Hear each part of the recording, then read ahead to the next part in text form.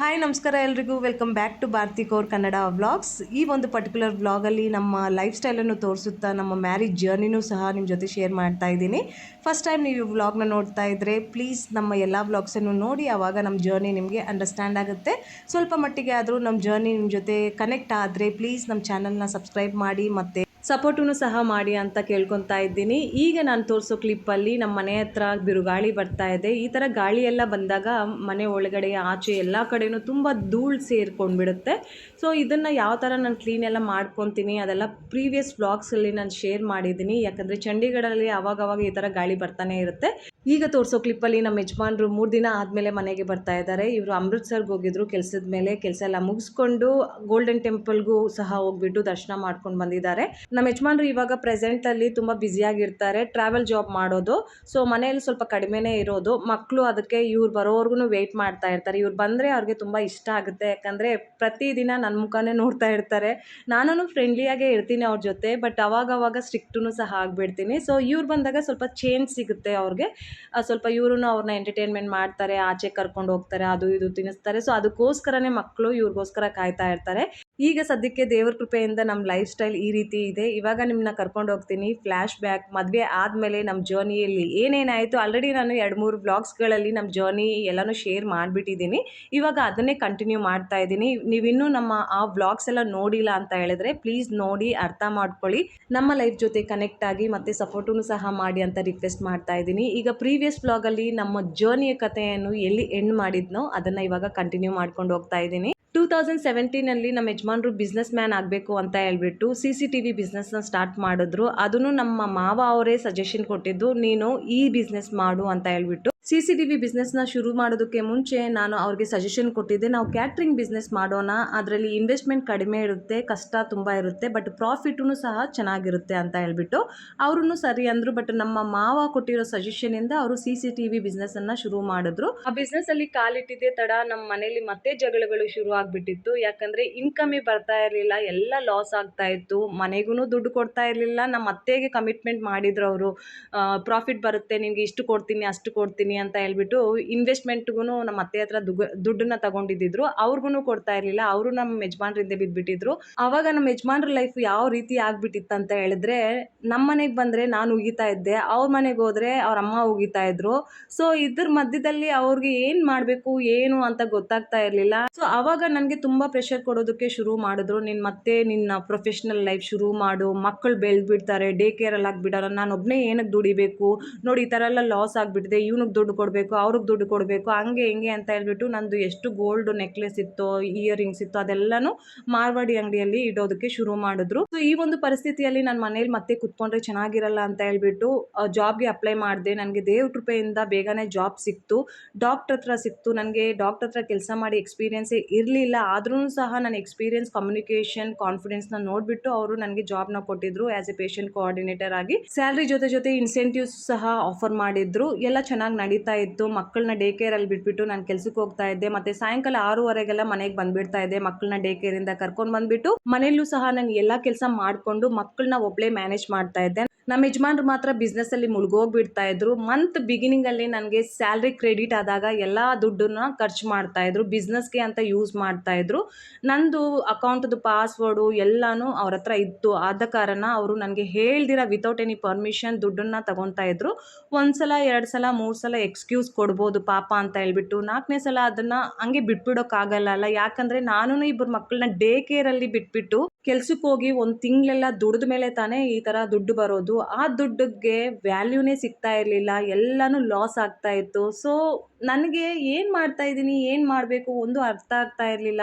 ನಮ್ಮ ಯಜಮಾನ್ರಿಗೆ ಪ್ರಶ್ನೆ ಕೇಳಿದಾಗ ಜಗಳದಲ್ಲಿ ಕನ್ವರ್ಟ್ ಆಗಿಬಿಡ್ತಾ ಇತ್ತು.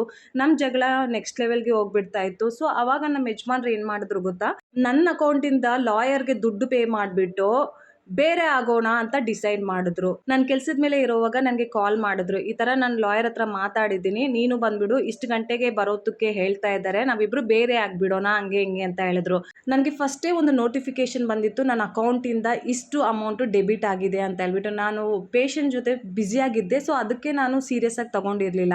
ಆಮೇಲೆ ನಾನು ಅವ್ರಿಗೆ ಪ್ರಶ್ನೆ ಕೇಳಿದೆ, ನೀನು ನನ್ನ ಅಕೌಂಟಿಂದ ದುಡ್ಡನ್ನು ತೆಗೆದು ಲಾಯರ್ಗೆ ಕೊಟ್ಟಿದ್ದೀಯಾ ಅಂತ ಹೇಳ್ಬಿಟ್ಟು. ಹೌದು ಅಂತ ಹೇಳಿದ್ರು. ನನಗೆ ಕೋಪ ಬಂತು, ನೀನು ಲಾಯರ್ಗೆ ಕೊಡೋದಕ್ಕೆ ಮಾಡೋದಕ್ಕೆ ನಿನ್ನ ದುಡ್ಡು ತಾನೇ ಯೂಸ್ ಮಾಡಬೇಕು, ನನ್ನ ದುಡ್ಡನ್ನ ಏನಕ್ಕೆ ಯೂಸ್ ಮಾಡಿದೆ ಅಂತ ಹೇಳ್ಬಿಟ್ಟು ನಾನು ಜಗಳ ಮಾಡಿದೆ. ಸರಿ ನಾನು ಇವಾಗಲೇ ಬರ್ತೀನಿ ನಡಿ ಅಂತ ಹೇಳ್ಬಿಟ್ಟು ಮಕ್ಕಳನ್ನ ಡೇ ಕೇರಿಂದ ಕರ್ಕೊಂಡು ನಾನು ಹೋದೆ. ಲಾಯರ್ನ ಮೀಟ್ ಮಾಡಿದೆ, ನನ್ನ ಒಂದು ಸ್ಟೋರಿಯನ್ನು ಸಹ ಅವ್ರಿಗೆ ಹೇಳಿದೆ, ಬ್ಯಾಂಕ್ದು ಸ್ಟೇಟ್ಮೆಂಟ್ ಎಲ್ಲ ತೋರಿಸ್ದೆ, ಈ ಥರ ಮುತ್ತೂಟಲ್ಲಿ ನಾನು ಗೋಲ್ಡ್ ಎಲ್ಲನೂ ಇಟ್ಬಿಟ್ಟಿದ್ದೀನಿ ಅವ್ರಿಗೆ ಹೆಲ್ಪ್ ಮಾಡೋದಕ್ಕೆ, ಮಕ್ಕಳನ್ನ ಡೇ ಕೇರಲ್ಲಿ ಬಿಡ್ತಾ ಇದ್ದೀನಿ, ನಾನು ಕೆಲ್ಸಕ್ಕೆ ಹೋಗ್ತಾ ಇದ್ದೀನಿ, ಈ ಥರ ನನ್ನ ಲೈಫಲ್ಲಿ ತುಂಬ ಸ್ಟ್ರೆಸ್ಸು ಕೊಟ್ಟಿದ್ದಾರೆ, ಹಂಗೆ ಹಿಂಗೆ ಅಂತ ಹೇಳ್ಬಿಟ್ಟು ನಾನು ಎಲ್ಲನೂ ಹೇಳಿದೆ.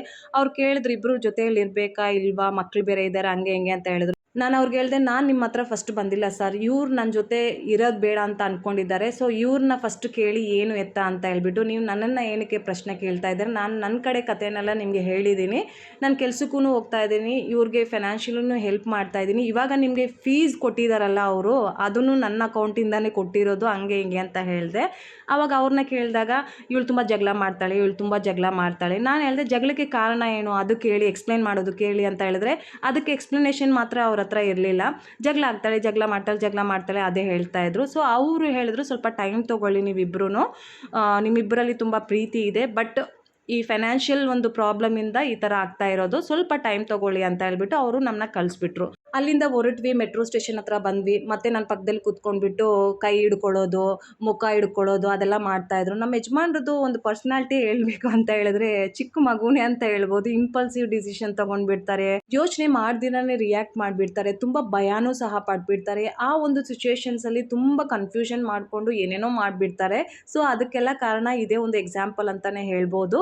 ನಮ್ಮ ಯಜಮಾನ್ರು ಬಂದುಬಿಟ್ಟು ನನಗೆ ಬಟ್ರಿಂಗ್ ಯಾಕೆ ಗೊತ್ತಾ ಮಾಡ್ತಾ ಇದ್ದಿದ್ದು, ನಮ್ಮ ಮಾವನಿಗೆ ಕಾಲ್ ಮಾಡಿಬಿಟ್ಟು ಹೇಳೋದು ಬೇಡ ಅಂತ ಹೇಳ್ಬಿಟ್ಟು, ಯಾಕಂದರೆ ಅವರು ತುಂಬ ಒಂದು ನಮಗೆ ಸಪೋರ್ಟ್ ಮಾಡಿದರು ನಮ್ಮ ಒಂದು ಜರ್ನಿಯಲ್ಲಿ. ಸೊ ಅವ್ರಿಗೆಲ್ಲ ಇದೆಲ್ಲ ಹೇಳೋದು ಬೇಡ, ಅಡ್ಜಸ್ಟ್ ಮಾಡ್ಕೊಂಡ್ಬಿಡೋಣ, ಸಾರಿ ಅಂತ ಹೇಳ್ಬಿಟ್ಟು ಹಗ್ ಮಾಡೋದು, ಕೈ ಹಿಡಿಯೋದು, ಕಾಲು ಹಿಡಿಯೋದು ಆ ಥರ ಎಲ್ಲ ಮಸ್ಕ ಮಾಡ್ತಾಯಿದ್ರು. ಸೊ ಅವ್ರು ಆ ಥರ ಎಲ್ಲ ಮಾಡಿದಾಗ ನಾನು ಕರ್ಗೋಗ್ಬಿಡ್ತಾ ಇದ್ದೆ. ಆವಾಗಲೇ ಎಲ್ಲ ನಮ್ದು ಯಾವಾಗ ಜಗಳ ಆದ್ರೂ ಸಹ ನಮ್ಮ ಯಜಮಾನ್ರು ಬಂದುಬಿಟ್ಟು ಇದೇ ರೀತಿ ಮಸ್ಕ ಮಾಡ್ತಾಯಿದ್ರು, ನಾನು ಕರ್ಗೋಗ್ಬಿಡ್ತಾ ಇದ್ದೆ.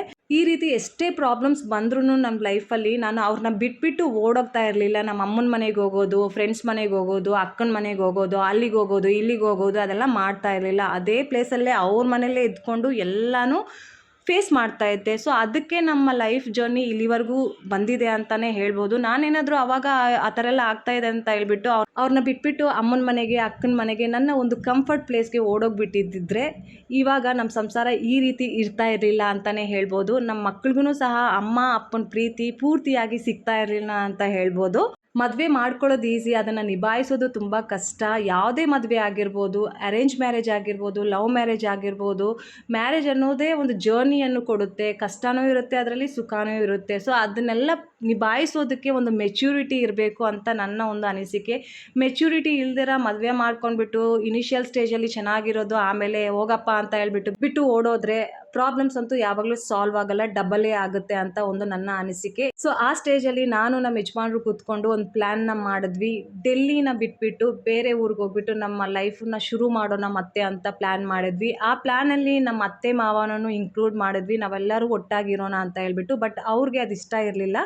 ನಮಗೆ ಆಪ್ಷನ್ ಕೊಟ್ಟರು, ನಿಮಗೆ ಬೇಕಾದರೆ ಹೋಗೋಂಗಿದ್ರೆ ನೀವು ಹೋಗ್ಬೋದು ಅಂತ ಹೇಳ್ಬಿಟ್ಟು. ಫಸ್ಟ್ ನಾವು ಜೈಪುರ್ಗೆ ಹೋಗೋಣ ಅಂತ ಪ್ಲ್ಯಾನ್ ಮಾಡಿದ್ವಿ. ಬಟ್ ನಮ್ಮ ಅತ್ತೆ ಮಾವ ಬರದೇ ಇರೋದು ಕಾರಣಕ್ಕಾಗಿ ನಾನು ಬೆಂಗಳೂರಿಗೆ ಹೋಗೋಣ ಅಂತ ಡಿಸೈಡ್ ಮಾಡಿದೆ. ಸೊ ಅದೇ ರೀತಿ ನಾವು 2020 ಮಾರ್ಚ್ ಬಿಗಿನಿಂಗಲ್ಲಿ ಬೆಂಗಳೂರಿಗೆ ಶಿಫ್ಟ್ ಆದ್ವಿ. ಶಿಫ್ಟ್ ಆದ ಒಂದೇ ವಾರದಲ್ಲಿ ಕೋವಿಡ್ ಶುರುವಾಯಿತು, ಲಾಕ್ಡೌನ್ ಶುರುವಾಯಿತು. ನಾವು ಮನೆಯಲ್ಲೇ ಇರ್ತಾ ಇದ್ವಿ. ನಮ್ಮ ಯಜಮಾನ್ರು ನಮ್ಮ ಜೊತೆನೇ ಟೈಮ್ ಸ್ಪೆಂಡ್ ಮಾಡ್ತಾಯಿದ್ರು. ಫ್ರೆಂಡ್ಸು ಯಾರೂ ಇಂಟ್ರಪ್ಟ್ ಮಾಡ್ತಾ ಇರಲಿಲ್ಲ ನಮ್ಮ ಲೈಫಲ್ಲಿ. ನಮ್ಮ ಅತ್ತೆ ಮಾವನೂ ಅಷ್ಟು ಇಂಟ್ರಪ್ಟ್ ಮಾಡ್ತಾ ಇರಲಿಲ್ಲ. ಕಾಲಲ್ಲಿ ಏನು ಎತ್ತ ಅಂತ ವಿಚಾರಿಸ್ತಾ ಇದ್ರು. ನಮ್ಮ ಮಾವ ನಮ್ಮ ಮಕ್ಕಳ ಬಗ್ಗೆನೇ ತುಂಬ ವಿಚಾರಿಸ್ತಾ ಇದ್ದಿದ್ದು, ಹೆಂಗಿದ್ದಾರೆ ಮಕ್ಕಳು, ಚೆನ್ನಾಗಿದ್ದಾರ, ಏನೂ ಆಗಿಲ್ಲ ತಾನೇ, ಹಂಗೆ ಹಿಂಗೆ ಅಂತ ಹೇಳ್ಬಿಟ್ಟು. 1.5 ವರ್ಷ ನಾವು ಬೆಂಗಳೂರಲ್ಲಿ ತುಂಬ ಅಂದರೆ ತುಂಬ ಕ್ವಾಲಿಟಿ ಟೈಮ್ನ ಸ್ಪೆಂಡ್ ಮಾಡಿದ್ವಿ. ಅದಾದಮೇಲೆ ಚಂಡೀಗಢ್ಗೆ ಶಿಫ್ಟ್ ಆದ್ವಿ. ನಮ್ಮ ಮಾವನಿಗೆ ಸ್ವಲ್ಪ ಹೆಲ್ತ್ ಇಶ್ಯೂಸ್ ಇತ್ತು, ಅದೇ ಕಾರಣಕ್ಕಾಗಿ ನಾವು ಚಂಡೀಗಢ್ಗೆ ಶಿಫ್ಟ್ ಆದ್ವಿ. ಬೆಂಗಳೂರು ಟು ಡೆಲ್ಲಿಗೆ ಟ್ರಾವೆಲ್ ಮಾಡೋದು ಅಷ್ಟು ಈಸಿ ಆಗ್ತಾ ಇರಲಿಲ್ಲ. ಸೊ ಅದಕ್ಕೋಸ್ಕರ ನಾವು ಚಂಡೀಗಢ್ಗೆ ಬಂದರೆ ಕನ್ವೀನಿಯೆಂಟ್ ಆಗಿರುತ್ತೆ, ಏನಾದರೂ ಎಮರ್ಜೆನ್ಸಿಯಲ್ಲಿ ಹೋಗೋದಕ್ಕೂ ಮೀಟ್ ಮಾಡೋದಕ್ಕೂ ಅಂತ ಹೇಳ್ಬಿಟ್ಟು ನಾವು ಚಂಡೀಗಢ್ಗೆ ಶಿಫ್ಟ್ ಆದ್ವಿ. ಇಲ್ಲಿಗೆ ಬಂದಮೇಲೂ ನಾವು ತುಂಬ ಚೆನ್ನಾಗಿದ್ದೀವಿ. ಸ್ವಲ್ಪ ದುಡ್ಡು ಕಡಿಮೆನೇ, ನಮ್ಮ ಯಜಮಾನ್ರೊಬ್ಬರೇ ಇವಾಗ ಕೆಲ್ಸಕ್ಕೆ ಹೋಗ್ತಾ ಇರೋದು.